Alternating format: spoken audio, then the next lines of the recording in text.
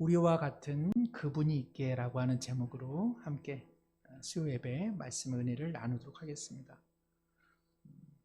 저는 개인적으로 이렇게 히브리서 말씀을 묵상하는 것이 상당한 저에게는 기쁨이 됩니다.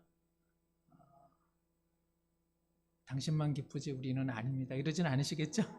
우리 모든 성도님들께서도 또 새벽 또 매일 성경을 보시는 분들은 또 조금 히브리서 말씀을 계속 조금 이해가 가실 거고, 또 매일 성경을 잘 못하시지만 우리가 또 지금 수요 예배에 우리가 7월부터 이제 방학 중에 히브리서 말씀을 보는데, 이렇게 수요 예배 오시는 분들 또 온라인으로 또 들으시는 분들은 히브리서 말씀에 참 은혜가 있다, 제 설교에 은혜가 있다는 것이 아니라 성경 말씀 그 자체가 참 주는 힘이 있다, 아마 그것을 새삼 깨달으시리라 이렇게 생각이 듭니다.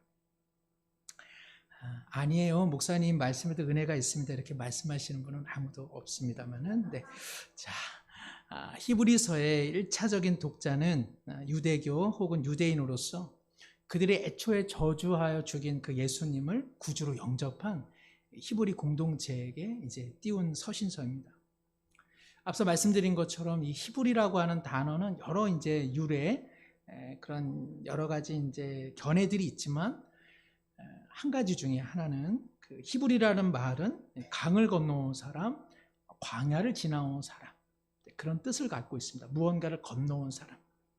그러니까 히브리인들이 홍해를 건넌 것, 그리고 광야를 건너서 가나안에 정착한 것, 어떤 그들의 삶의 모습과 히브리라고 하는 단어는 참 일치를 하는 것이죠. 히브리서의 수신인 이 공동체, 히브리 공동체도 참 그렇습니다. 이들도 유대교의 질서를 넘어서서 지금 예수님께로 온 사람들이니까 이들도 그야말로 히브리인 중에 히브리인들이라고 말할 수 있습니다. 그런데 현실이라는 것이 어떻습니까? 이제 건너오면 다 좋은 줄 아는데, 건너오면 다 좋은 줄 알았는데 건너와 보니까 좋기도 하지만 뭐도 있다, 고난도 있고 어려움도 있다, 이런 것이죠.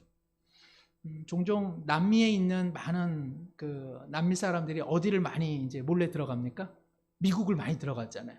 그래서 막 미국에서 긴 장벽을 치고 그리고 국경을 폐쇄해도, 심지어 어떻게 해서 남미 사람들이 미국에 들어갑니까? 자동차 그 아래 바퀴 쪽에 이렇게 몸을 달라붙어서, 혹은 승용차 좌석 그 스펀지 그걸 다 뜯어내고 사람이 니은자로 들어가서 그럴 정도로 이제 미국 행을 원하죠. 얼마 전에 보니까 미국 국경선에 있는 큰 강을 사람들이 인간 띠를 매가지고 또 아이들은 어깨에다 짊어지고 그 강을 도와하는 그런 남미 사람들을 보았습니다. 살고자 넘어가는 것이죠. 목숨을 걸고. 그러나 미국에 건너가도 좋은 줄 알았지만 또 여러 가지 어려움이 있지 않습니까? 히브리인들이 그와 같은 어려움에 지금 처해 있는 것입니다. 예수님을 믿어 좋지만 막상 건너와 보니 쉽지 않더라. 유대인들이 공격하고 유대의 교인들이 공격하고 로마가 공격하고, 당시 초대교회 초반에는 이렇게 믿는 사람들이 다 대다수 하층민들이었습니다. 그래서 여자들, 어린이들, 그리고 취약자들, 그리고 질병에 걸린 사람들. 그래서 로마 사람들은 정말 없는 사람, 불쌍한 사람들이 믿는 종교, 그것이 이제 기독교로 이렇게 치부를 하고 있었습니다. 실제로도 이들은 경제적으로나 또 사회적으로 다 연약한 사람들이었습니다. 옛세상을 뒤로하고 아브라함처럼 본토 친척 아비집을 떠나기는 했는데 건너왔는데 어려움이 있더라. 하나님 뜻대로 살아보려고 하는데 그러면 그럴수록 더 어렵더라. 그래서 그냥 뒤로 갈까? 근데 그것도 못하겠더라. 이들의 이러한 모습은 누구랑 비슷합니까? 오늘 우리 현실하고 비슷하죠. 우리도 예수님 믿어서 좋기는 한데 예수님 잘 믿으려면 더 어렵더라. 고난이 많더라. 그리고 예수님 설렁설렁 믿는 성가대에 있다는 얘기가 아니라 예수님 설렁설렁 믿는데 어떤 사람은 더 잘 되더라. 그럴 때마다 좀 회의도 들고 뭔가 싶은 생각이 우리 마음에 든다, 이것이죠. 그러니까는 성경은 우리의 삶과 무관하지 않습니다. 히브리서는 바로 그러한 유대인들에게, 바로 그러한 히브리인들에게, 그리고 오늘 우리에게 이야기하고 있는 것입니다. 건너와서 좋기는 한데 건너왔을 때 그 감격, 그 감동, 기쁨, 이런 것들은 이제 어느새 희미해지고 사라지고, 내가 신앙생활을 하는 그리스도인으로서 나는 어떻게 살아야 되나 하는 이러한 어려움이 우리 가운데 다 있는 것이죠. 그러니까 우리가 사실은 광야의 그 홍해를 건넜던 이 광야의 이스라엘 백성들이 우리가 상당히 공감이 되죠. 우리가 그 사람들을 보면 완악하다, 막 어떻게 그런 기적을 맛봤는데도 그 모양이냐라고는 하지만, 우리도 다 그런 은혜를 받고 건너왔는데 인생에 광야가 있으면 우리도 다 되돌아갔으면 하는 마음이 없지 않아 있는 것이죠. 자녀들 키우실 때 어떻습니까? 사춘기 때 아이들이 난리법석이잖아요. 저희 아이들 이야기하는 건 아닌데, 그러니까 부모님들이 맨 저기 냉장고에다가 뭐 같은 거 붙여놓습니까? 옛날 사진들. 그래가지고 그 멀쩡하게 지금 생존해 있는 그 아이를 보지 않고 그 애 3, 4살 때 그걸 보는 거죠. 계속. 아이고 이쁘다, 아이고 이쁘다, 징그럽다, 아이고 이쁘다, 그러면서 과거로 계속 돌아가게 됩니다. 또 어떻습니까? 오늘 우리의 삶이 어려우면 자꾸 이제 뒤로 보면서 내가 과거에 무슨 선택을 잘못해서 이 지경이 됐나, 그래서 과거로 자꾸 돌아가려고 하죠. 어떻게 타임머신만 한번 탈 수만 있으면 돌아가서 내 삶의 궤도를 다 바꾸고 싶은 생각들. 그러다 보니까는 뭐가 있습니까? 가계에 흐르는 저주를 끊어라. 그런 얼토당토한 그 거짓된 신학이 나오는 이유는 무엇입니까? 오늘 현실이 힘든데 그것을 감당할 힘이 없다 보니까 자꾸 뒤돌아가서 우리 조상 중에 누가 무당이 있었지, 우리 조상 중에 누가 귀신을 섬겼지, 그 저주 때문에 오늘 내가 아프고 그 저주 때문에 하는 일이 잘 안 되고, 예전에 우리 아이 내가 목회자로, 내가 선교사로 보낸다고 했는데 안 보냈더니 저 모양 저 꼴이다. 그래서 계속 하나님 앞에서 계속 죄책감, 계속 뒤로 돌아가고 싶고 그 기도를 무효화시키고 싶은데 또 그럴 수는 없고, 이렇게 뒤죽박죽이 될 때가 우리가 얼마나 많이 있습니까? 저도 이제 힘이 들 때는 간증 같은 걸 좀 듣습니다만은, 많은 사람들이 이렇게 간증을 좋아할까? 왜 남의 간증을 그렇게 좋아할까? 내가 오늘 그렇게 못 사는데 저 사람이 그렇게 살아주니까 거기서 대리만족을 좀 느끼는 거죠. 그리고 나도 건너왔을 때 그 은혜가 있었는데 그 은혜가 이제 서서히 약발이 닿았는데, 이제 믿은 사람의 간증 이야기를 들으면 그때가 생각나서 뭔가 위로가 되는 것입니다.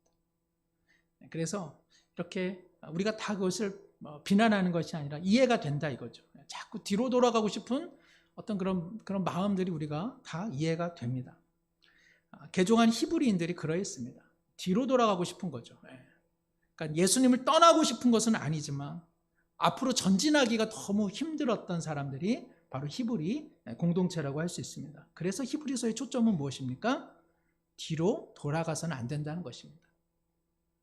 고난의 세찬 강물 속에 건너왔던 그 강으로 다시 되돌아가 표류해서는 안 된다는 것입니다.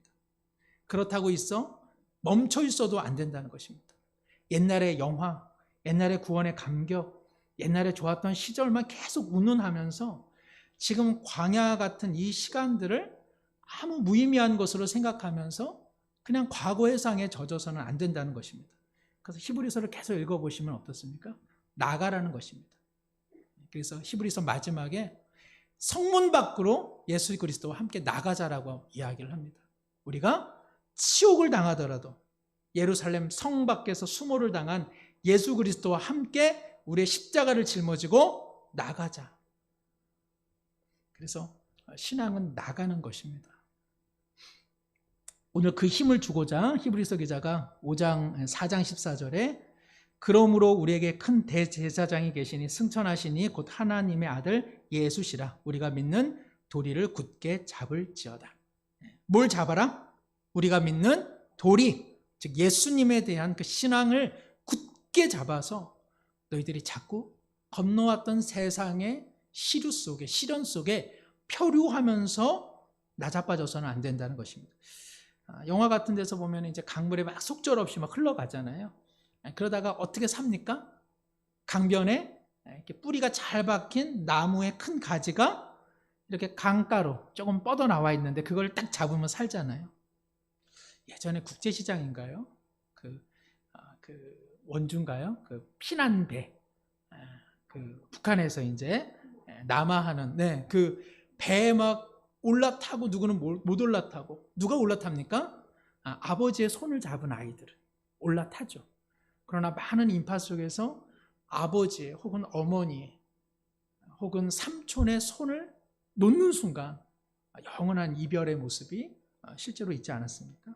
오늘 히브리서 기자는 말합니다. 떠내려가는 이런 시련과 세상의 표류 속에 너희들이 누굴 잡아야 된다? 예수 그리스도를 굳게 잡아야 된다. 굳게 잡아야만 살 수 있다라고 이야기를 하고 있습니다. 그런데 이 예수님을 오늘 히브리서 기자는 큰 대제사장으로 소개합니다. 우리 예수님에 대해서 소개하는 어떤 수식어들이 많잖아요. 그런데 히브리서 기자는 대제사장이라는 말을 자주 사용하는데 그 이유는 무엇일까요? 유대교 배경을 가지고 있는 사람들이니까. 그러나 예수님은 제사장도 아니라 대제사장, 대제사장도 아니라 무슨 대제사장? 큰 대제사장. 이렇게 이야기합니다. 승천해 계신다. 예전에 이제 사람들은 세상이 한 3층천.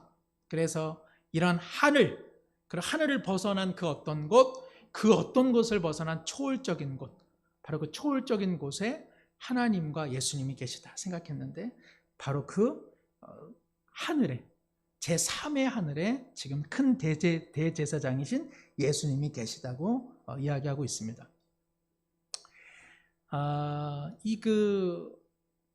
히브리서에 보면은 자꾸 이제 율법 이야기도 나오고 좀 제사 이야기도 나오고 성막 이야기도 계속 나옵니다. 왜 그럴까요? 이게 어쩔 수 없습니다. 그러니까 체질을 바꾼다는 게 쉬운 게 아니에요. 그러니까 이제 어떤 배경을 갖고 있느냐가 쉽지가 않습니다. 고기 좋아하시는 분이 한의원 가가지고 알고 보니까는 당신은 고기 체질이 아니라 야채 체질이에요. 그 말을 들어도 어떻습니까? 고기 먹고 싶잖아요, 그죠? 이 체질 바꾸는 게 쉽지 않아요. 이 유대교의 배경을 가지고 있어가지고 이 사람들은 예수님이 좋기는 한데 뭐가 좀 있었으면 할까요? 옛날처럼 율법도 좀 있었으면 좋겠고, 그 다음에 뭔가 성전 제사 같은 어떤 형식도 딱 있었으면 좋겠고, 그리고 예수님을 대신하는 제사장과 같은 사람도 좀 있었으면 좋겠고, 마음이 계속 있었습니다. 그래서 히브리서 기자가 그것은 뭐라고 얘기하나요? 그림자다, 그림자. 그것은 예수님이 오시기 전까지는 의미 있었다. 그러나 예수님이 오심으로 다 완성되어서 그림자는 의미 없다. 여기 사람이 있는데 그림자를 보면은 그림자를 보면 그 사람을 압니까? 그 실체를 보면 압니까? 그 실체를 보면 아는데 여전히 이 사람들은 성막, 또 제사, 정결법, 제사장 이런 전통과 형식을 계속적으로 보고 있었던 것이죠.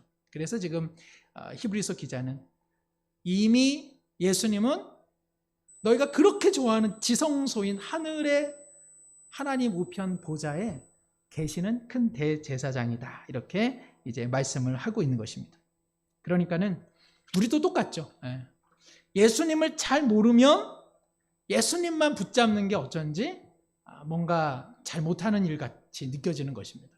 그러나 예수님을 정말 알면 예수님 한 분만 붙잡아도 어떻다? 사는 것이죠. 예수님 한 분만 붙잡아도 살 수 있는데 예수님을 잘 모르면 어떻습니까? 이것도 잡고 저것도 잡고 이것도 잡고 정신이 없는 것이죠. 히브리서 기자는 예수님 한 분만으로 충분하다는 것입니다. 중요한 것은 바로 그 예수님을 굳게 잡으라고 그런 이야기합니다. 특별히 예수님께서는 우리 15절 보면 우리 15절 함께 읽겠습니다. 우리에게 있는 대제사장은 모든 일에 우리와 똑같이 시험을 받으신 이로되 죄는 없으시니라. 예. 아멘. 우리에게 있는 대제사장 예수님은 우리의 연약함을 동정하신다, 동정하지 못하실 이가 아니다. 부정부정이니까는 뭐예요? 강한 긍정이죠. 예. 우리의 연약함을 너무나 동정하신다, 공감하신다, 너무나 잘 아신다. 그러한 대제사장이다, 이렇게 이야기하고 있습니다. 우리 예수님께서요, 우리가 경험하는 모든 유혹, 죄를 범하지는 않으셨지만 예수님께서도 우리가 경험하는 모든 유혹을 받으셨을까요? 안 받으셨을까요? 어떻게 아셔요? 무엇으로 알 수 있을까요? 예수님이 무슨 몸으로 오셨죠? 우리와 똑같은 몸으로 오셨기 때문에 그렇습니다. 그래서 너무 중요한데 예수님이 우리와 똑같은 몸으로 오셨습니다. 그래서 그 중세에 아주 유명한 그림 하나가 있는데 그 그림은요, 이제 천주교에서 볼 때는 약간 이게 외람됐었습니다. 그러나 대단히 사실적이고 대단히 의미 있어요. 마리아가 예수님을 때려요. 어디를 때려요? 볼기짝을 때리는 그림이 있습니다. 예수님이 뭐 안에서? 말을 안 들어가지고. 뭐 이것에 어떤 신학적 의미를 부여하는 것을 넘어서서 예수님이 이 땅에 인간으로 오신 사실을 잘 보여주는 것입니다. 예수님은 이 땅에 오셔서 걸음걸이를 엄마를 통해서 배운 것입니다. 예수님 그냥 오시자마자 그냥 일정한 나이에 그냥 두 발 걸음 하시거나 젓가락질은 안 했겠죠. 뭔가 포크질 이런 거 다 배우셨습니다. 예수님께서 그냥 말문이 터지신 분이 아닙니다. 그의 부모를 통해서 그의 뭐 히브리어나 혹은 아람어의 가나다순을 예수님도 다 배우셨습니다. 우리가 경험하는 희노애락, 애오욕 이러한 모든 감정과 유혹을 우리 예수님도 다 함께 경험하셨습니다. 예수님께서 이 자녀를 키우는 어려움을 아실까요? 모르실까요? 예수님께서 고부간의 갈등을 아실까요? 모르실까요? 예수님 이걸 경험하셨나요? 못하셨나요? 못하셨습니다. 그죠? 예수님 사실은 40살 혹은 50살 혹은 뭐 지천명, 고희 인생의 어떤 후반부의 인생이 느끼는 쓸쓸함을 경험은 사실 못하셨습니다. 그런데 예수님께서는 몸으로 우리가 경험하는 모든 것을 다 경험하셨다고 성경은 말합니다. 우리가 그것을 어떻게 알 수 있을까요? 예수님이 인간의 유혹의 최정점까지 가셨기 때문에 그렇습니다. 그러니까는 그러니까 죄의 정말 그 최절정은 죄의 최절정과 끝까지 싸운 사람이 아는 것이죠. 뭐가 조금 이렇게 위협을 했는데 거기서 항복을 했다면 그 악의 절정이 무엇인지 차마 모른 채로 그냥 굴복한 것입니다. 그러나 예수님께서는 사단이 자기의 목숨을 그리고 예수님의 사명을 짓밟을 그 마지막 순간까지 예수님은 죄와 그리고 모든 유혹과 싸웠기 때문에 예수님의 그 범주 속에 있어 우리가 경험한 모든 것을 예수님은 다 알고 계시다는 사실입니다. 중요한 것은 모든 시험을 경험하셨을 때 뭐는 없으시다? 죄는 없으셔서 뭐가 가능하다는 것입니까? 우리를 향한 속죄의 제물이 되는 것이 가능하고 더 놀라운 것은 예수님께서 하나님 앞에 제가 쉬운 말로 말씀드리면 아버지 제가 인간의 몸을 갖고 살아보니 죄가 주는 유혹이 보통이 아니더라고요. 하나님, 인간들이 죄와 싸우는 것이요 보통 일이 아닙니다. 저도 쉽지 않았습니다, 아버지. 그 말을 누가 해주신다는 거예요? 우리의 큰 대제사장이신 예수님께서 바로 하늘 지성소에서 우리를 위해서 변호해 주시고 우리의 연약함을 동정하지 못하시지 아니하시고 오히려 자기 죄처럼 자기 고통처럼 끌어안고 하나님 아버지와 이야기를 하고 계시다는 사실입니다. 그러니까 자녀를 기를 때 부모의 아픔, 사랑하는 시부모님, 사랑하는 며느리인데 참 어긋날 때 괴로워지는 그 마음들. 마음 같아서는 이 직장 하루아침에 이 치사 못해 먹겠어 하고 때려치고 싶지만 토끼 같은 아내, 그리고 여우 같은 아내, 토끼 같은 자식 위에서 참아내는 남성들의 애환들, 이런 것을 누가 하신다는 겁니까? 우리 예수님께서 너무나 잘 알고 계시다는 사실입니다. 이번에 병원에 좀 가보니까 의사분의 팔뚝이 시퍼렇더라고요. 제가 도리어 의사분을 걱정했습니다. 아니, 원장님 왜 이렇게 팔뚝이 시퍼래요? 어디 다치셨어요? 그러니까 자기가 피부가 약해가지고 주사를 맞으면 시퍼렇게 멍이 드는데 어디가 안 좋으세요? 했더니 정형외과 의사분이신데 어깨가 자기가 안 좋아가지고 자기도 어깨를 치료받는다고 그러더라고요. 근데 그 얘기를 듣는데 되게 기분이 좋더라고요. 의사가 아프다 그러니까 그렇게 좋더라고요. 저 의사가 아프니까 환자의 마음을 알겠다, 그런 생각이 들더라고요. 오늘 히브리서 기자가 그 이야기를 하고 있는 것입니다. 너희들의 삶의 고통을 오늘 예수 그리스도께서 알고 계신다. 너희들이 그토록 소망하는 제사장은 그 자신도 인간인지라 자기 죄 해결하는 거에 벅찼던 사람이다. 그러나 예수님께서는 하나님 앞에 나갈 때 자기 문제에 급급했던 분이 아니라 너희들의 삶의 고통을 다 안고 하나님 앞에 아뢰니 너희들아, 인생이 힘들고 어려울 때에 펴루되지 말고 이 예수님을 굳게 잡으라고 이야기하고 있습니다. 예수님을 흔히 상처받은 치료자라고 하죠. 오늘 우리 앞서 드렸던 찬양, 우리가 주님께 그 주님 천성에 도달했을 때에 그의 손의 못자국을 보아 알겠네. 예수님께서 이 영화로운 천성에 가서 이거 막 그냥 창에 찔리고 막 이거 손에 발에 이거 막 창자국 찔린 자국 이거 다 걷어내시는 것이 아니라 그 상처조차도 예수님이 영광스러운 자기 것으로 삼아서 우리가 올 때 우리를 맞아주신다는 사실입니다.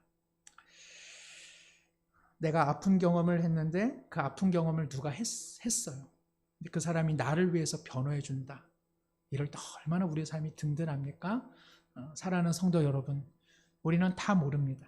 자식도 모르고 남편도 모르고 아내도 모르고 부모님도 다 모릅니다. 그러나 우리 예수님은 아십니다. 그리고 그 예수님께서 우리를 타박하지 않으시고 쉽지 않더라, 잘 알지. 오늘도 우리 주님께서 우리를 동정해 주시고 우리의 무거운 짐 아버지 앞에 가져가 주셔서 우리를 위해서 변호해 주시고 기도해 주신 줄로 믿습니다. 그래서 오늘 말씀 16절 하반절에 보면 그 보좌가 은혜의 보좌라고 되어 있습니다. 이건 우리가 늘 주님 좋으니까 은혜의 보좌, 이게 쉽지만요, 어떻습니까? 이사야는 하나님의 보좌를 봤을 때 어땠습니까? 그냥 그의 치아가 달달달달달달 떨렸잖아요. 자기 입술, 자기는 정말 저주받아 죽을 인간이라고, 자기는 부정한 중에 하나님의 보좌를 봤으니 화루다라고 말했습니다. 베드로가 예수님의 실체를 경험했을 때 뭐라고 했습니까? 주여 나를 떠나소서, 나는 죄인입니다. 하나님의 그 영광스러움은요, 이 죄인에게는 어떻습니까? 절망감을 주는 것입니다, 사실은. 우리는 이제 그렇잖아요, 그죠? 하나님의 거룩하심을 우리가 딱 직면할 때는요, 와, 하나님이 거룩하시다라가 아니라 이제 죽었다, 이렇게 되는 겁니다. 그죠? 우리가 저 태양을 지금 멀리서 보니까 막 손가락질도 하면서 저놈의 태양 얘기도 하지만 태양 가까이 가면 어떻습니까? 그냥 우리 존재가 사라지죠. 너무 뜨거워서. 하나님의 보좌는 영광의 보좌이지만 우리가 가면 죽는 보좌입니다. 그런데 히브리서 기자는 은혜의 보좌라고 이야기합니다. 이건 놀라운 일입니다, 사실은. 어떻게 그것이 은혜의 보좌냐? 바로 예수 그리스도께서, 하나님께서 예수 그리스도를 보내신 것이죠. 그래서 예수 그리스도 자기 아들을 그렇게 고통 가운데 둠으로써 인간의 삶이 무엇인지 그 아들을 얼금 배우게 하시고 그 아들을 받아내셔서 그 아들을 따라 그 이름으로 나오는 모든 자를 우리 하나님께서는 그 아들처럼 우리를 용납해 주고 계시니까 이 보좌가 은혜의 보좌입니다. 여기 담대히라고 하는 말은요, 이 당시 풍습에는 그 헬라어 어떤 뜻을 갖고 있냐면 당시의 시대적 배경 속에서 소신 있게 말할 수 있는 자유인을 의미합니다. 그러니까 약간 그 로마 시대는 다 계층의 시대잖아요. 그래서 이 입이 있다고 해가지고 아무 말이나 할 수 있지 않았습니다. 노예, 종, 하층민들은요, 입이 있어도 발언권이 없었고 누가 들어주는 사람이 없었습니다. 여기 담대히라고 하는 말은요, 바로 말을 할 수 있는 권리를 갖고 있는 자유민들을 의미할 때 이 담대히라는 말이 쓰여졌습니다. 오늘 히브리서 말씀이 너희에게는 하나님을 향해 뭐가 있다는 것입니까? 기도할 수 있는 발언권이 있고 너희들의 삶에 고통이 있을 때 그것에 대해 호소할 수 있는 발언권이 있고 언제든지 하나님을 향해 아버지라고 말하며 예수 그리스도의 이름 붙잡고 나갈 수 있는 은혜의 보좌 앞에 나갈 수 있는 통행권을 갖고 있는 사람들이라고 이야기해 주는 것입니다. 이 은혜가 오늘 우리의 은혜인 줄로 믿습니다. 우리가 예수님 때문에 우리가 담대히 나갈 수 있습니다. 우리가 발언권이 있습니다. 어떤 성도님을 만났는데 그 성도님 가정에 자녀가 체육학과를 진학하고 싶은데 고3이 되어서만 이야기했다고 합니다. 이제 막 공부하라고 우리 부모님이 얘기할 텐데 운동하라고 하면 크게 실망할 것 같으니까 이 애가 체육학과를 진학하고 싶은데 그 말을 못하고 그래도 한번 부모님 생각하느라고 참아보다가 고3 때 이제 이야기를 한 것입니다. 그 이야기를 듣자마자 그냥 이 아버지가 그냥 혁대를 꺼내가지고 이 아이에게 매질을 가한 것이 아니라 야, 그렇게 좋으면 진작 이야기하지. 빨리 시작할 수 있었을 텐데 왜 이제서야 그 이야기를 하니? 나중에 알게 됐는데 운동 강도가 너무너무 심했대요. 근데 이 아들이 집에 와서 한 번도 힘들다는 이야기를 하지 않았고 그리고 다리를 다쳤는데도 혼자 물리치료를 받았다고 합니다. 왜 그랬냐? 그러니까 부모님 걱정할까 봐 뭐 얘기해서 뭐해요 이랬다고 합니다. 이런 놈이 다 있는지 모르겠습니다만 얼마나 속이 깊습니까? 부모님이 그런 자녀를 두어서 얼마나 흐뭇하겠어요. 그렇지만 어떤 마음이 또 들겠어요? 말하지. 내가 진작 일찍 도와줬을 텐데 얼마나 힘들었을까? 말하지. 우리가 하나님 앞에 나갈 때 하나님의 나라와 의를 구하는 것도 너무나 중요하지만 우리 삶이 다치고 무너지고 아플 때 그거 숨기고 늘 대견한 척 해서 나가면 우리 하나님께서 좋기도 하시지만 안쓰럽겠죠. 그렇죠? 그러니까는 주기도문에 있는 것처럼 일용할 삶의 양식을 구하는 것, 우리 삶에 있었으면 하는 것, 우리 삶에 회복됐으면 하는 것, 내 아픔의 속사정들, 그런 것들 우리 하나님 앞에 담대히 나아가 고백할 수 있는 줄로 믿습니다. 그런데 거기서만 멈춰서는 안 된다는 것입니다. 거기서만 멈춰서는 안 된다. 오늘 5장 7절 우리 함께 한번 읽겠습니다. 그는 육체에 계실 때에 자기를 죽음에서 능히 구원하실 이에게 심한 통곡과 눈물로 간구와 소원을 울렸고 그의 경건하심으로 말미암아 들으심을 얻었느니라. 정말 육신의 몸을 입고 오신 예수님께서 죽음이라고 하는 것 그리고 세상의 모든 죄를 그 십자가로 짊어지셔야 됐을 때에 그 통곡, 그 눈물, 그 공포, 그 두려움을 하나님 아버지 앞에 아버지 하나님 왜 저를 버리셨나이까 라고 하면서 이 잔을 옮겨달라고 했던 그 내용을 지금 배경으로 하고 있습니다.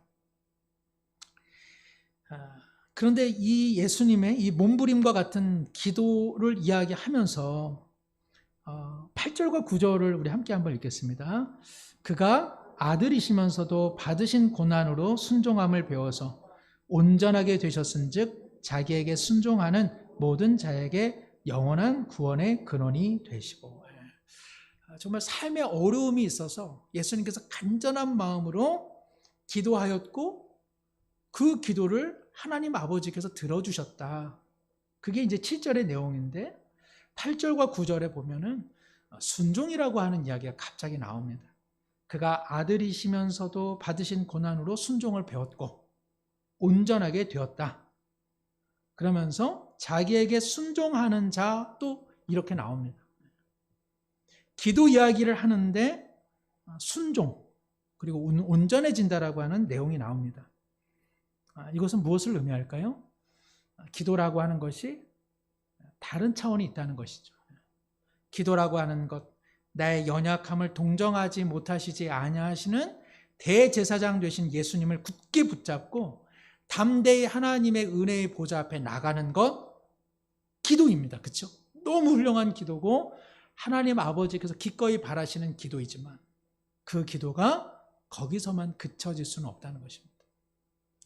내 삶에 통곡과 눈물이 있어 하나님 앞에 기도할 때에 내가 마땅히 걸어가야 할 그 고난의 길 가운데 하나님 아버지 순종하는 힘을 주옵소서. 여기까지 우리의 기도가 나가야 한다는 것입니다. 예수님께서 잔을 물려달라고 기도했는데 하나님 아버지께서 예수님에게 응답해 주신 기도는 무엇입니까? 끝까지 십자가를 짊어지게 하는 바로 그 응답을 주지 않으셨습니까? 예수님의 속 깊은 기도의 제목은 요한복음에서 우리가 자주 봤던 것처럼 나를 보내신 이의 뜻을 이루는 것이니라. 그러나 이것을 감당하기에는 갖고 있는 육신의 한계로 인해서 고난의 잔을 받아내기가 너무나 힘드셔서 울며 통곡하며 기도했을 때에 하나님께서는 그 육신을 넘어선 힘, 즉 아들 예수 그리스도가 아버지의 뜻인 생명의 십자가를 짊어지는 그 뜻을 감당할 수 있도록 힘을 주지 않으셨습니까? 그러니까는 오늘 우리의 기도도 내 연약함과 내 부족함에 대한 또 우리의 삶에 필요한 것들을 기도하는 것으로만 그쳐서는 안 되고 뭐까지 나가야 한다는 것입니까?